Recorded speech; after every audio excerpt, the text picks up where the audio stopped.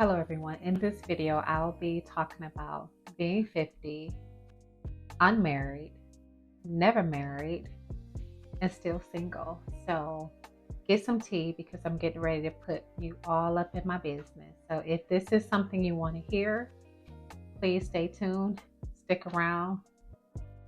Let's talk. Hello everyone, this is Kim. I hope that you all are doing well. If you are a current subscriber, hello everyone and welcome back. If you are new, welcome to my channel. Just as I explained in the intro, I am 50 years old. I've never been married. I have two kids. I didn't mention that. I have two kids. So obviously they are out of the covenant of marriage if I have two kids. This sounds so depressing, but I want to let you all know it's not depressing. It sounds so depressing how I stated it, but it's really not. And we'll talk about that a little more later in the video about why it's not depressing. So let's just get right into the video. So I get the question often, why are you single? You're this and that. Why are you single? And I find the way people look at me, they're looking at me like, wait, is there something wrong with you? Like, no, they never say it to me, but they are looking at me like, what is wrong? I can't believe it. Why are you single? My response has always been automatic. Automatically, I would say, well, it's by choice. And that's how I always felt. But now when I look back and I realize and I do all of the soul searching, I realized the by choice response was because I didn't want to dig deep to really figure out the reason why I'm single, never married, and now I'm 50. So in this video, we're going to explore that a little bit more and get right into it. And again, I just hope this video resonates with some of you because I am sharing my story. So just to give you a little bit of background of how long I've been single. So this is 2025. The last relationship ended in 2018. That was probably about a 3-year or so relationship. So this was a person who I absolutely adored. I knew him from my past. And when I say my past, I knew him from when I was probably about 16 or 17 years old because he was a friend of my brother's. Don't judge me. We never dated back then. We always had like a little crush on each other, but we never dated simply because it was my brother's friends and I just did not want to do that. So, but that was the last relationship back in 2018. Once that one ended, that was the last relationship that I knew I was no longer going to put up with anything else. That was the last straw for me when I ended that relationship. I was about 42, 43. And again, I just knew I wasn't going to deal with more drama or the same drama that I had dealt with in relationship with when I was in my 30s. You know, I was done, you all. So what I realized when that relationship ended is that I had always fallen for men, from him to other men in my life, to fill the void of not having my father in my life. And that was tough. That was tough to really come to that conclusion, but that's really what it was. I didn't realize the full impact of not having my father in my life until I got older. And then I looked back over my relationships with men and just the overall interactions with them. That's when it hit me. So this is the thing. I no longer blame the men who did whatever they did in my life. I blame myself for putting up with it and not thinking more of myself than I did. I allowed anything and it's all on me now. And I know that all stems from the father wound. The results of not having him played out in my insecurities, which ultimately showed up in my relationship. They would cheat, I would leave, they would cheat, I would leave again, and I would just let them come back, even though it was right in my face. But I can tell you that I am not lonely. I'm pretty content in my singleness and probably a little too content.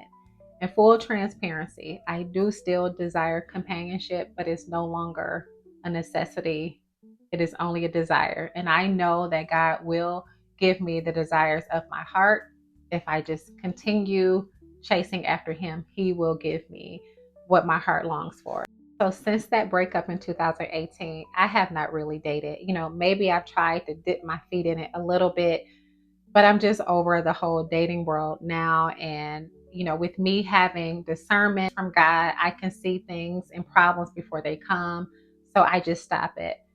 But one big thing I can tell you, yes, before I told people that it was by choice when they would ask me why I was single. But right now, Because of doing all the work in myself and trusting God, I can now say that I am single by choice and really mean it. If you are struggling in your singleness, with your singleness while waiting on your person, waiting for your person, I just want to leave you with some suggestions, things that worked for me, and I'm hoping that they work for you. First and foremost, talk to God. If you are a believer, talk to God, because this is what worked for me. I could not do it without Him. Know that you are fearfully and wonderfully made, and just get in His presence to talk to Him about your struggles with the singleness. Again, number one is talk to God. Number two, get yourself some hobbies. That's something that I've been doing lately. Like, even with this YouTube thing, I started it to document my cancer journey. I am starting to love making videos, even though I'm still a little bit uncomfortable, but I love making videos. I love attempting to edit, get out and just do things that you have always wanted to do, but never wanted to step outside of your comfort zone. This will help you not be so caught up in your singleness and wondering why you're still single. This person has their person, but you don't have yours. Get out and do things. Get involved in a ministry at church, or find out a way that you can serve there.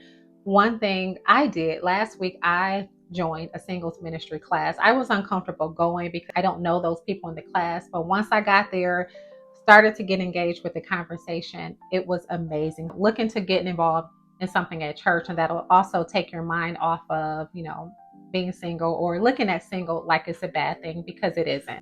Number three, similar to what I talked about in number two about getting hobbies, do things that you've been putting off for so long. Do things that make you feel good.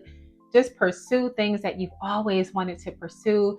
I'll give you another example. For me, I've always wanted to play an instrument because I love music. I've thought about signing up for a class to play, or someone to teach me how to play piano. And if you want to learn an instrument, if you want to learn how to dance, if you want to learn how to crochet, I'm just throwing things out there. But do something that you've been putting off, and just get yourself out there. If you have friends, great. But if you don't, that is fine too. Go out there solo. You'll meet new people. That's just a way of getting yourself out there. Not to say you're going out there to meet your mate, to meet your girlfriend or to meet a boyfriend. It's just to get out there, being solo, learning what you like, and just spending that time with yourself. We don't have to have friends just to get out there. We're single. That is okay. That is not a bad thing. And I want people to stop looking at it like it's a bad thing.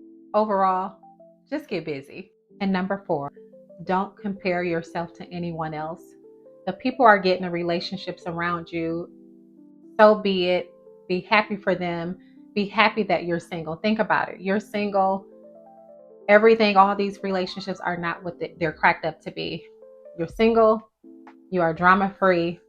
And we want to keep it that way. Stop comparing yourself to others, thinking that singleness is a curse, because it is not. Use the time for you, do the work within, live your life, and don't settle. I really do hope and pray that my transparency in this video, telling y'all all my business, helped someone. I really hope that it did. I will see you in the next video. Have a great day, and I'll talk to you all soon. Take care. Bye.